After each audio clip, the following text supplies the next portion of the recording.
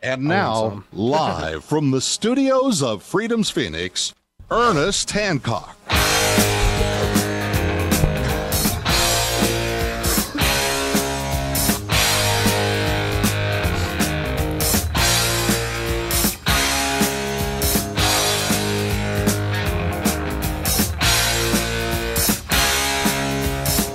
Yeah, the boys are back in town. The boys are back in town. And, you know, luckily they made it, too. You know, let me go ahead and show you something. Here you have this KB Gold thing. Who's trying to call me? Dang, wait. KB Gold. Now, here is the website for them. And what it is, I'll go ahead and show you the card. It's kind of the similar idea that they had for the silver, is that they have a half a gram of gold actually embedded in a credit card. Now, this is worth now about what? We're buying for $35 for a half gram. Okay, so a half gram of gold, $35. Now, this is it's the same kind of concept, but it's kind of a multi-level, but you get to buy it at spot. So I'm going, I like that kind of multi-level. You know, I can buy gold at spot. But the thing is that, you know, it's a mechanism by which people can, in smaller amounts, get something that's certified, and it's got their little Swiss, you know, hologram and their serial number and all that kind of stuff. But we've been waiting a couple of months for this. And we're going, okay, now they keep, you know, Thomas has been all over it, man. You've been pushing a lot of people to get in line on this thing. And they're making progress, but what I really need is inventory. I want to be able to get it. And it's getting to the point now to where there may be no inventory in precious metals at all for anything. It's all oversold. It's not really there what they got on the books. So I'm going, man, I want some in my hand. Now KB, well, their claim to fame is that they're a mine and a processor, and they control. That's why they can do it at spot, because they're the ones that actually mine the gold. But they're out of Germany, out of Europe. So I'm going, you know, it's such a good idea. I don't think America's going to like it none too much in the government. So tell me a little bit about that, Thomas. Well, a couple of things to keep in mind, Ernie, is if you buy milk in a gallon form versus 16 pints of milk, you're going to pay more if you buy it in the pint size than if you buy it in the gallon size. The same thing holds true for gold. If you buy a 400-ounce good delivery bar, you're going to pay less than what you're paying for an ounce price, because you only got to make one bar of 400 ounces. So it's the same similar situation. But if you look at the prices for certified gold in grams, they have the best price. And I was looking on it last night, comparing it to AMEX, and it's equal to what you're paying for grams of gold. So that's something to keep in mind. So you'll generally say it's a published price for grams. When you connect to the company and you're able to buy the gold, then you're able to have a somewhat spendable form, because not too many people carry around $1,400 in their pocket to buy an ounce of gold or be able to buy a $1,400 item, unless, you know, bread's $1,400 in the future, but then I'm sure gold will be $14,000 an ounce. So that's something to keep in mind. So it allows anyone who has $35 in their pocket. And then the other thing to keep in mind is this is a sales tool, as opposed to, because we're having to go outside of the country to go get the product, as opposed to it being launched here in the United States. So there's a little more cost in getting it. But when I look at these cards, I really do look at it as being $1 million.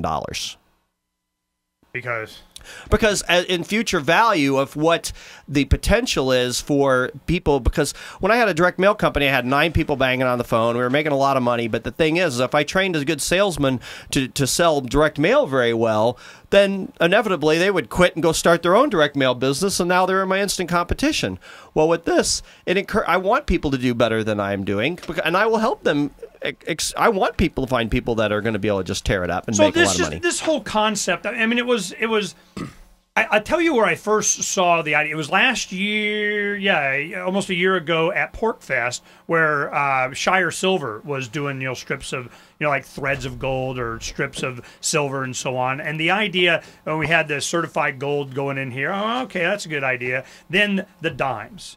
I'm telling you, man, this dime thing, silver deal, I see, and to the moon. And when you go to, let's go ahead and go to walletvoting.com. I'd like to add one little thing here, but I think there was like a progression. You know, actually there was like a progression, because we saw the Shire Silver. Then I showed Drew the KB gold cards, and then he said, well, what if we go kind of in the middle of those? And then they came up with the dime cards. And I think it's, you know, it's so cool how we put things together and like, oh, okay, here's something good, here's something good. Let's make something even better. And that's essentially what happened. I mean, I can't say that, you know, I gave Drew the idea, but I'm sure it didn't hurt, you know. I mean, it's just kind of the progression. Like, we were at the conference and someone made a comment about Adam, and I came up with an instant idea that was like, on the way home, we pitched it to him. He likes it, and I think we're going to do it. It's just a matter of getting all the pieces of the puzzle together.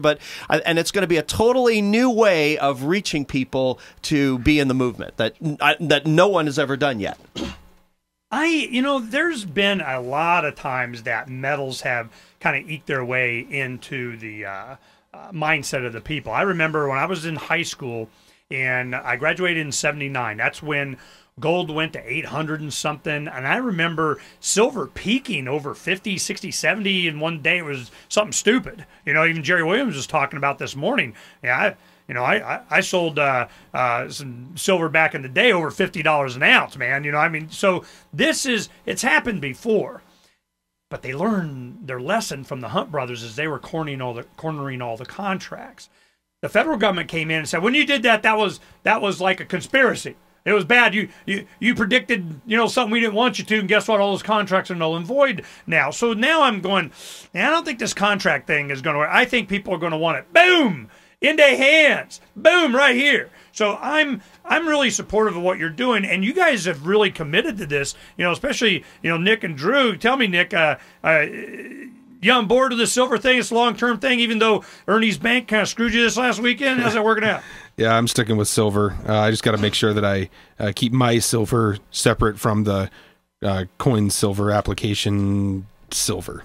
I don't want to be losing any silver. I need that stuff. Don't get high on your own supply. Yeah, exactly.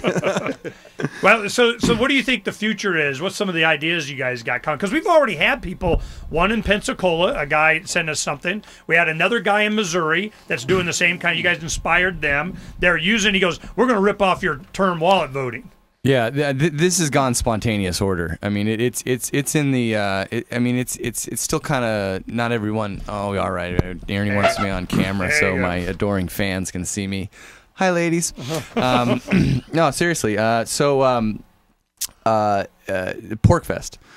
So the idea now is we have all these cards, and we have some Pork Fest cards, and the idea is we have developed a way for activists to raise money to get to Pork Fest. Because this weekend, a few times some older gentlemen would come over and they, hey, we really are glad to see young people in this movement and getting involved, and we'd say, these cards and some of the magazines and different DVDs and stuff that we're selling, it's kind of a donational tool. So people would donate to us because they enjoyed having young people at these conferences. Well, to get young people to conferences, that takes money. So if you want to come to Pork Fest, would you drop a dime, Ernie? Yeah. You find that dime is mine. Yeah, it's mine. It's mine. Ernie dropped a dime. All right. So if activists want to go to Pork Fest but need to raise a little money, we can send them stop looking for your dime and show the Pork Fest card on camera. Okay, here we go. So we've got these Pork Fest dime cards. We will wholesale them to activists, and I guess the price just went up, but we will wholesale them to absolute cheap as we can to activists who want to go to Pork Fest. You go out and ask for donations to you to go to Pork Fest, and there are other things you can do, like blog post about it or send pictures home to mom, send a postcard. You get a donation for the card. You give them something of value, and it's also a two-way marketing tool because it says Pork Fest on it. You raise that money. You get to go to Pork Fest. We're giving you so instead of just asking for money, hey, I want to go to Pork Fest, give me $20. It's, hey, give me $20. I'll give you this card that has real value, and I'll send you some photos, when I get there. And in like 6 weeks, the dime's going to be worth $20 anyhow. Yeah. So apparently, like Nick said, as long as we don't give away our own stash. Okay. Let me tell you what was going. I got these in my. No. What do you think of the idea? Oh, I think it's whatever somebody will put into it. Exactly. The effort that they'll do. It's not about what the dime's worth. Okay, it's about what the activist is this. worth. Here is a Freedom's Phoenix 1 ounce medallion. We minted 700 of these, okay? I'll give you $40 for it. No. We minted 700 of these. I only have 100 and something left of them, and I said, no, I'm keeping them because I'm going, they're worth $50. $50. You want them to get 50? That might be 60. Might be $100. I say 40. A donation, whatever, more, because they keep going up.